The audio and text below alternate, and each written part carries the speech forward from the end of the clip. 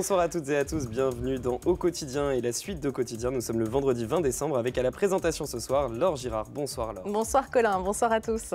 Vos invités dans le journal. Jean-Charles Riauton et Mathias Pasquier de Lanibré Tennis nous parlent d'un joli projet contre le harcèlement qu'ils souhaitent développer. Ça a commencé en 2024 et ça va continuer en 2025. Et puis dans la suite... À tout juste 16 ans, Adèle Martin est une championne du monde d'accordéon. Elle joue pour nous pour la dernière émission de l'année. Restez avec nous pour l'entendre peut-être jouer un petit peu. Et avant ça, on commence avec l'actu.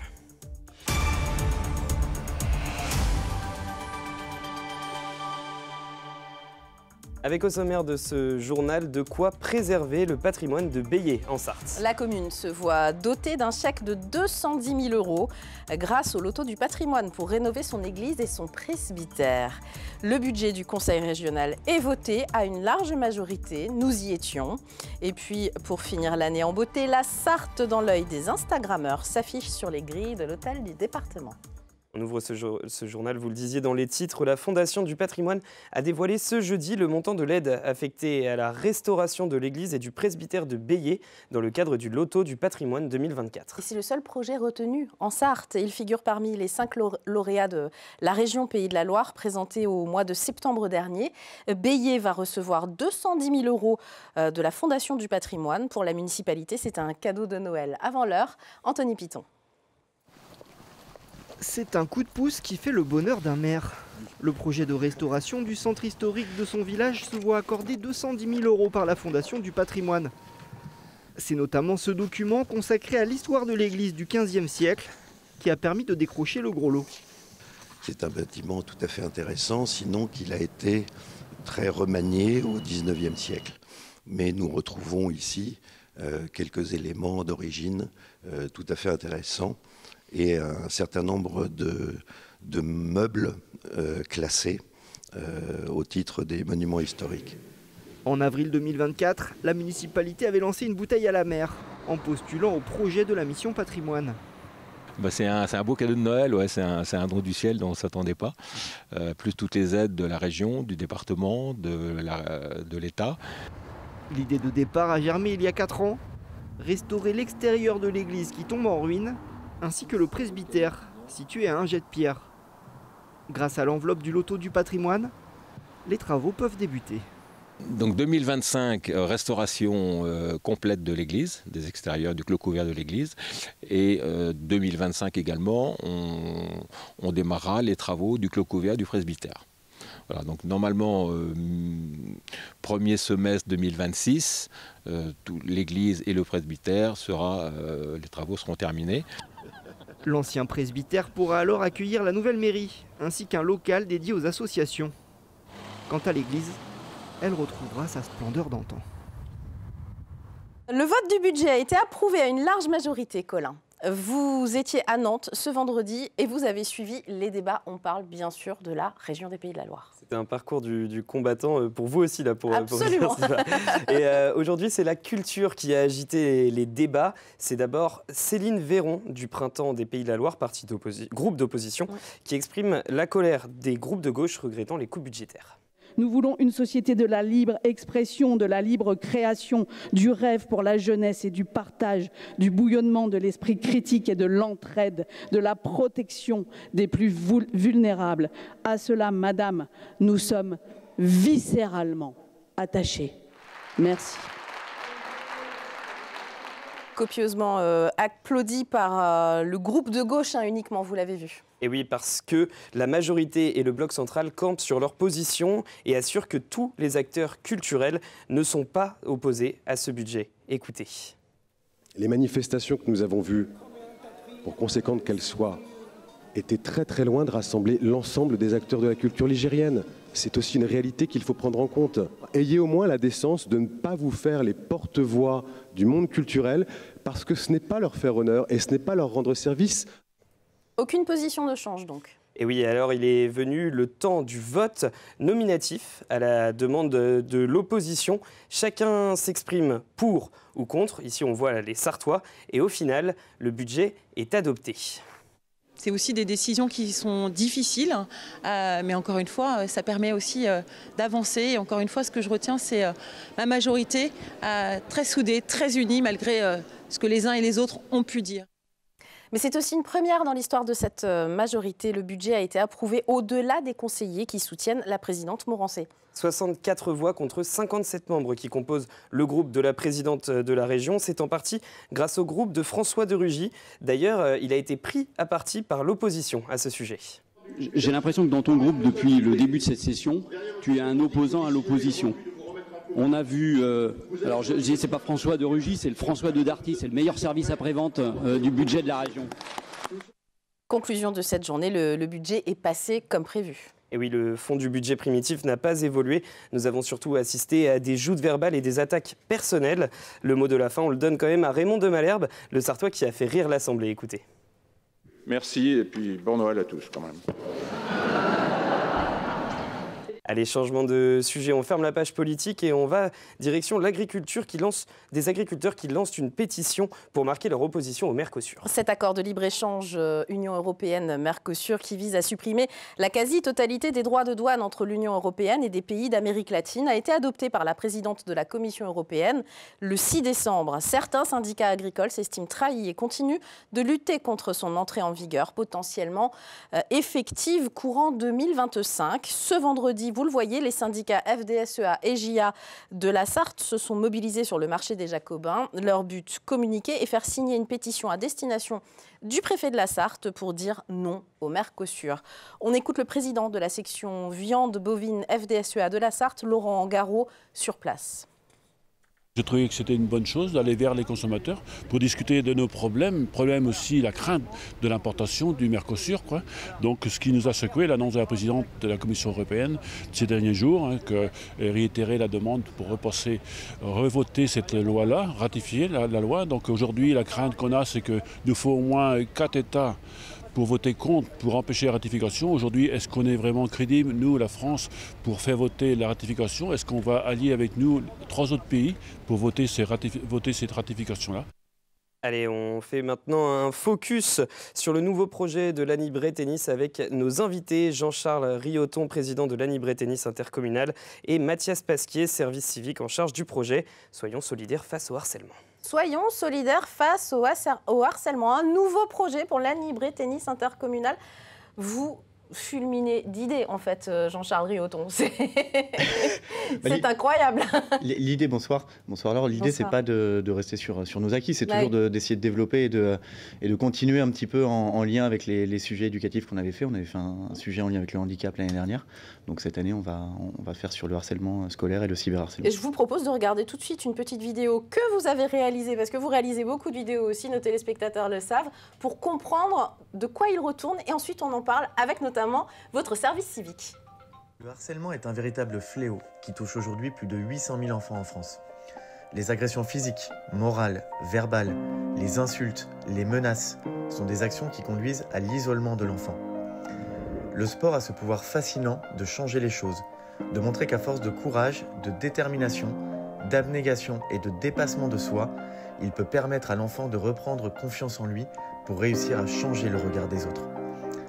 Et peut-être qu'en grandissant, cet enfant apprendra à son tour aux autres que le respect est la base essentielle de notre société. En 2025, réalisons un défi solidaire en coopération afin de réussir 800 000 échanges de balles en soutien aux 800 000 enfants victimes de harcèlement. Aujourd'hui, une balle échangée, c'est un enfant respecté. Ensemble, on joue. Ensemble, on apprend. Ensemble, on réussit. Ensemble, soyons solidaires face au harcèlement. Eratom, vous faites tout dans ce club, mais vous n'en êtes pas le président, Jean-Charles. Pardon, 1000 excuses. Non, il y a un président. Vous êtes éducateur, animateur dans ce club et vous fulminez d'idées, c'est ce que je disais. Exactement, éducateur sportif. Et on salue le président. Mais oui, Thierry, tu nous regardes. Pardon, c'est très bien. 1000 excuses. Alors, en face de vous, Mathias Pasquier, service civique. Vous êtes pendant quoi? Une petite année au sein du club de l'ANI? Jusqu'à la fin de la saison, exactement. Jusqu'à la fin de la saison. Et donc, vous avez en charge ce projet, justement. Qu'allez-vous faire? Vous allez démarcher les écoles? Vous allez communiquer autour de ce joli projet? Oui, l'idée, c'est d'accompagner le club trouver des idées dans ce projet, tout faire pour que les enfants soient inclus, soient heureux et évidemment passer dans les écoles. On va voir des images qui existent sur le Facebook du club Anibré Tennis. Vous allez trouver ça sans problème, Anibré Tennis intercommunal. Et on va voir très rapidement une petite vidéo que vous avez fait justement le 18 décembre, Jean-Charles, pendant le Noël du club. Vous avez commencé en fait ce défi d'échange. Alors expliquez-nous concrètement, quel est ce défi ? Alors l'idée, c'est de faire 800 000 échanges pour les 800 000 enfants qui sont harcelés chaque année en France, scolairement, dans la vie de tous les jours. Donc l'idée, c'est de faire un échange pour un enfant respecté. Et là, on voit les enfants du club qui font des échanges et qui viennent valider le nombre d'échanges finalement avec les balles et les raquettes, quoi, tout simplement, c'est ça ? Exactement. C'est très simple en fait, mais c'est en parler, quoi. L'idée, c'est ça, c'est d'en parler, c'est d'essayer de communiquer sur le harcèlement scolaire et le cyberharcèlement. Donc en effet, l'objectif, c'est ça, c'est de coopérer à partir d'une activité sportive plutôt que de se diviser au sein des cours d'école. C'est ce qu'on voit dans la vidéo. Voilà, tout simplement. Il y a combien d'enfants là à l'Anibré ? Vous êtes très très nombreux dans ce club. On est plus de 250 licenciés. Ouais, c'est ça. Il y a 120 enfants. Pour autant, 120 enfants, 250 licenciés, vous n'allez pas faire 800 000 échanges, on est d'accord ? Non, on a commencé avec ce défi justement solidaire lors du Noël du tennis. Ouais. Et donc là, l'idée, c'est de passer dans les écoles, les collèges, les lycées, mettre en place un gros protocole de communication pour essayer justement de lutter contre ce fléau et réussir à coopérer avec un maximum d'enfants et ouvrir aussi la liberté d'expression pour les enfants, parce que des fois, en parler, parce que des fois ils restent un petit peu isolés chez eux. Donc l'idée, c'est de montrer vraiment qu'à partir du sport, on peut réussir à reprendre confiance en soi. C'est un peu ça l'idée du projet aussi. En parler peut-être aussi auprès d'animateurs sportifs, tout simplement, qu'on soit à l'Anibré ou ailleurs, faire prêcher la bonne parole finalement, en parler le plus possible dans toute la Sarthe et dire vos éducateurs sportifs, ils sont là pour vous écouter aussi parfois. Ouais, c'est exactement ça. L'idée, c'est par tous les projets qu'on peut mettre en place, c'est d'essayer de faire comprendre que nous, en tant qu'éducateurs, on a des moyens. L'objectif, c'est d'essayer d'optimiser tous les moyens qu'on peut avoir et surtout d'essayer de mettre en place aussi des projets à valeur éducative. Donc c'est ce qui nous tient à cœur et on va essayer avec ce nouveau projet-là de réaliser cet objectif qui est effectivement élevé. 800 000 échanges, c'est beaucoup. Vous avez toute l'année 2025 pour le faire. Mais on a l'année 2025. On est d'accord. Voilà, exactement. Bon, dès que vous avez fini, dès que vous avez atteint 800 000, vous revenez sur ce plateau et on débriefe. Ça marche ? Pas de souci. Bon, très belle fête de fin d'année à vous. Merci de nous transmettre l'aspect positif du sport. Toujours, tout au long de l'année, à l'Anibré Tennis intercommunal. Et vous le voyez, il y a le Facebook où il y a toutes les infos. Si vous êtes intéressé par le projet, ou alors vous pouvez appeler Jean-Charles, puisque la moitié de la Sarthe a votre numéro de portable, Jean-Charles, je pense.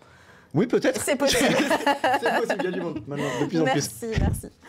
-5 avant Noël, l'or et le marché des potiers revient dans le centre du Mans. Oui, 32e édition. Jusqu'à dimanche, le marché Céramica Le Mans dévoile le travail de 48 exposants. Vous le voyez sur ces images, ce marché peut vous donner des idées de cadeaux artisanaux et utiles à mettre sous le sapin. Ça se passe place de la Sirène, rue Jankowski et square des Ursulines. Un événement organisé par l'association Le Pot de Terre. Son président nous donne son sentiment en cette première journée de marché. C'est très très bien, je suis toujours content de voir l'affluence dans le centre-ville. Je passe dans la semaine, il y a très peu de monde à circuler. Et là, dès que le marché commence, on sent qu'il y a un public qui vient, qui est acquis, qui vient tous les ans et qui se fidélise. La Sarthe dans l'œil des Instagrammeurs, saison 7. 21 clichés à travers lesquels les photographes amateurs révèlent les multiples facettes de notre territoire et son attractivité. C'était le thème cette année. Les photos couvrent les grilles de l'hôtel du département à découvrir jusqu'en mars 2025. Le reportage d'Alexandre Ferrer. Les photographes amateurs continuent de surprendre. D'Instagram jusqu'aux grilles du département, ces 21 clichés mettent en lumière le territoire sous plusieurs angles. Pour Evan, c'est un échange de regards de quelques secondes qu'il a su saisir au Jardin des Plantes. J'étais avec mon ami, parti photographier au Jardin des Plantes du Mans, photographier justement les écureuils. J'ai pu voir cet écureuil au loin, je me suis allongé dans un chemin pour être à sa hauteur. Donc j'ai pu le photographier face à face. Faune, gastronomie avec ses rillettes du président du Printemps des Rillettes, mais aussi bien sûr patrimoine. La petite cité de Fresnay-sur-Sarthe n'a pas fini de dévoiler ses charmes. Un très beau village, très bien représenté par la municipalité, mis en valeur. Et puis moi, c'est ma façon à moi de contribuer à la beauté de ce village. Les photographes sélectionnés reçoivent une version miniaturisée de leurs clichés. Et comme chaque année, il est toujours possible de voir ses prédécesseurs sur les grilles du parc Victor Hugo. C'est la fin de ce journal. On se retrouve dans quelques instants avec Adèle Martin, lauréate du trophée mondial de l'accordéon, catégorie accordéon chanté moins de 18 ans. Ça, c'est dans un instant, juste après la pub et la météo. A tout de suite.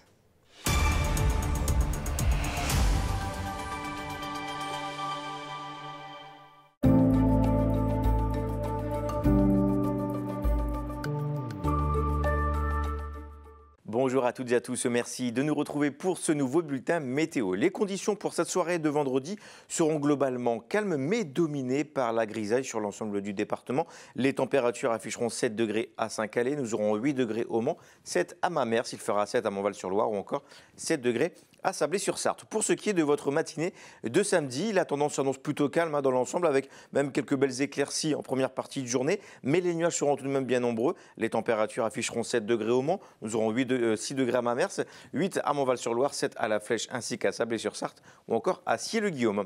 Pour votre seconde partie de journée, les conditions météo seront cette fois-ci dominées pleinement par les nuages. Ils recouvriront la totalité du ciel, ne laissant plus aucune chance au soleil. Les températures afficheront 10 degrés au Mans, nous aurons 9 à Mamers, il fera 10 degrés à Saint-Calais et 10 degrés à Montval-sur-Loire, 9 degrés à La Flèche, 10 degrés à Cieux-le-Guillaume. Pour votre tendance pour la journée de dimanche, eh bien, nous devrons faire avec un temps beaucoup plus maussade sur l'ensemble du département, donc les nuages toujours très présents, mais cette fois-ci, ils laisseront échapper des averses un peu plus fréquentes. Les températures afficheront 9 au Mans, nous aurons 8 degrés à Mamers, 10 degrés à Saint-Calais, il fera 9 à Montval-sur-Loire, 10 degrés à La Flèche ou encore 10 degrés au meilleur de la journée à Sablé-sur-Sarthe. Pour votre journée de lundi, eh bien, ça va changer avec le retour de l'anticyclone, ce qui nous permettra de profiter d'un temps beaucoup plus calme sur notre département, également plus lumineux puisque le soleil sera le plus souvent présent. Les températures, quant à elles, au meilleur de la journée, restent stationnaires, 11 degrés au Mans, 9 degrés à Mamers, 11 à Saint-Calais ou encore 10 degrés à Montval-sur-Loire. En ce samedi 21 décembre, nous perdrons encore quelques minutes de soleil. Je vous souhaite à toutes et à tous de passer une excellente journée. Je vous souhaite également de passer de très bonnes fêtes de fin d'année.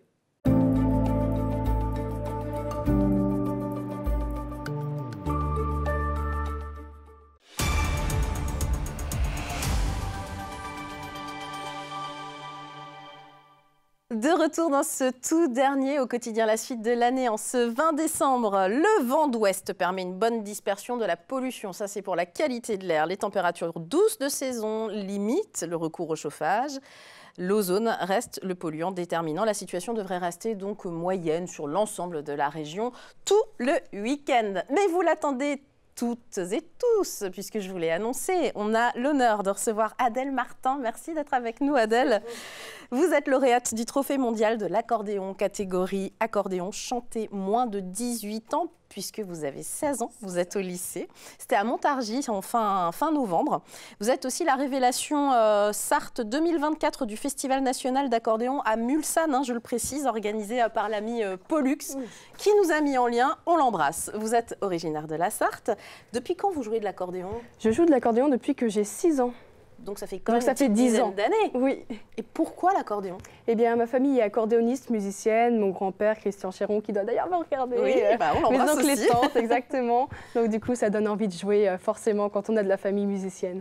Et là, vous gagnez un concours mondial, mais les concours, c'est pas forcément votre truc à vous? Eh bien, j'en ai fait quand j'étais jeune. Ouais. J'en ai fait pas mal. Et puis, j'ai arrêté parce que j'avais plus forcément le temps.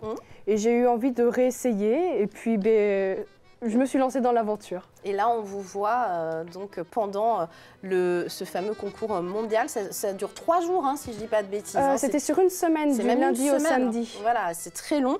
Vous avez gagné donc, dans cette catégorie et vous allez nous faire le plaisir de jouer, mais aussi de chanter. C'était important pour vous d'allier les deux parce que vous chantez depuis longtemps aussi. Oui, je chante depuis que je suis toute petite et je prends des cours depuis quelques années maintenant. Et j'ai toujours aimé ça et je trouve qu'allier les deux, ça donne une autre image de l'accordéon qu'on peut avoir Oui, souvent. Parce que l'accordéon, là par exemple, on vous entend jouer du musette. Du musette. Mais c'est pas que le musette. L'idée, c'est de jouer de la pop aussi. C'est ça, il y a même du classique, de la musique de chambre, du jazz. Il y a beaucoup de choses possibles avec l'accordéon. Et donc c'est ça que j'aimerais retransmettre aussi à travers ce que je fais. C'est une passion, mais est-ce que c'est possiblement quelque chose dont vous voudriez faire plus, un métier par exemple? J'aimerais beaucoup pouvoir en vivre, ou vivre de la musique en tout cas. Il y a beaucoup de choses qui m'intéressent. Pour l'instant, c'est le lycée, hein? C'est ça. C'est le bac français cette année? Oui. Ça va, ça se passe bien? Oui, ça va. Bon. Est-ce que vous voulez bien nous jouer? Je vais vous laisser annoncer ce que vous allez nous proposer rapidement. Alors, je vais jouer du coup et chanter Si seulement je pouvais lui manquer de Calogero. Calogero, c'est pop, c'est parfait, c'est pour nous, c'est cadeau de Noël d'Adèle Martin sur LMTV Sarthe. Vous avez cette caméra et vous pouvez voilà, tourner l'accordéon vers ce micro. Il suffirait simplement qu'il m'appelle, tout vient ma vie certainement, pas du ciel. Lui raconter mon enfance, son absence tous les jours, comment briser le silence qui t'entoure. Aussi vrai que de louanges je lui parle, j'apprends toute seule à faire mes armes. Et c'est vrai que je n'arrête pas de penser, si seulement je pouvais te manquer. Est-ce qu'il va me faire un signe? Manquer d'un père n'est pas un crime. J'ai qu'une prière à t'adresser. Si seulement je pouvais te manquer. J'en perds mon stylo. C'est très difficile de ne pas avoir les larmes quand on vous entend chanter en live comme ça. Adèle, c'est absolument magnifique. Merci mille fois pour ce cadeau fait à nos téléspectateurs qui aiment l'accordéon, évidemment, sur LMTV. On continuera en 2025 à vous proposer de beaux programmes d'accordéon en début d'après-midi tous les jours. Nous n'y manquerons pas, on vous le promet. Adèle, indifférence, un petit peu de musette pour se quitter, pour terminer. Merci mille fois Adèle d'être venue encore une fois. Et puis c'est sur indifférence, un standard du musette que je vous annonce donc que pendant les vacances scolaires, vous retrouvez vous pouvez y aller, allez-y. Voilà, que vous retrouvez chaque soir en lieu et place de Quotidien une rétro de l'info, les thèmes les plus abordés par la rédaction cette année. Alors promis, on n'a pas prévu de vous parler de politique pendant les vacances, ni de choses déprimantes, patrimoine, sport, l'insolite, toutes les belles choses et les belles initiatives qui se passent en Sarthe. On vous l'a concocté pour cette rétro de l'info. Pendant les 2 semaines de vacances, nous on prend un petit peu de repos, on en a besoin. Et puis on se retrouve en direct à 18h30, comme toujours, le 6 janvier pour Au Quotidien et Au Quotidien la suite. Toute l'équipe sera au taquet pour continuer à vous proposer de beaux programmes qui valorisent notre territoire. Tout de suite, on retrouve Aurel et les Sartois du web qui fait lui aussi un bilan de l'année et il paraît que je suis invitée dans cette émission. Alors je vous retrouve encore pendant quelques minutes et on se quitte avec Adèle Martin. Merci et à bientôt.